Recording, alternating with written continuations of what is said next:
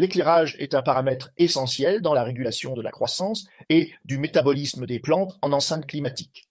Pourtant, un mauvais choix de spectre ou d'intensité peut compromettre les résultats expérimentaux. Dans cette vidéo, nous allons voir comment optimiser l'éclairage LED pour maximiser la réponse physiologique des plantes. Le choix du spectre lumineux doit être adapté aux objectifs de l'expérience.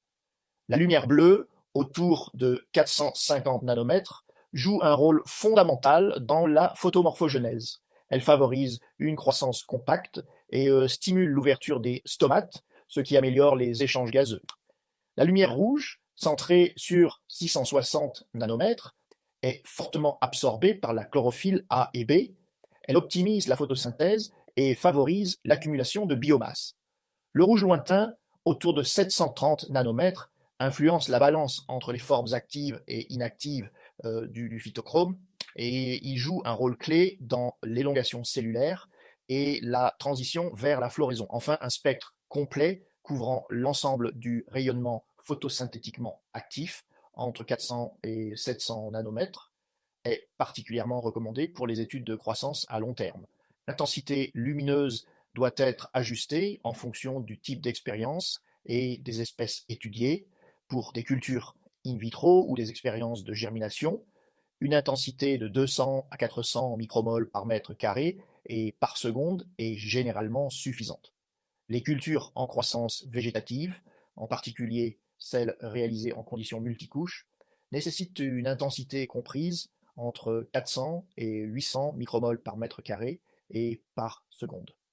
Enfin, les plantes de grande taille, soumises à une forte intensité lumineuse, peuvent exiger des valeurs allant de 800 à 1600 micromoles par mètre carré et par seconde.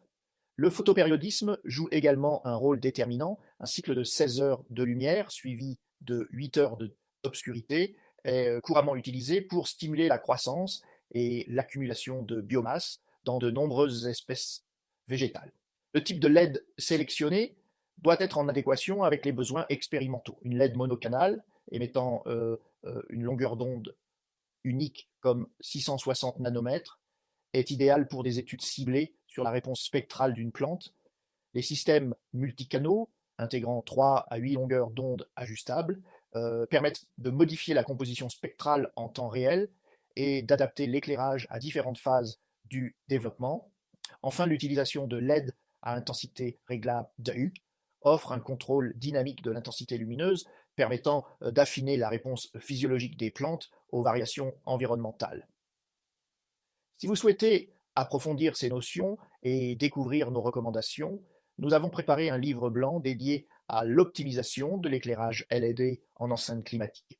Ce document vous fournira des comparatifs détaillés et des conseils adaptés à vos applications de recherche. Vous pouvez le télécharger dès maintenant en suivant le lien ci-dessous.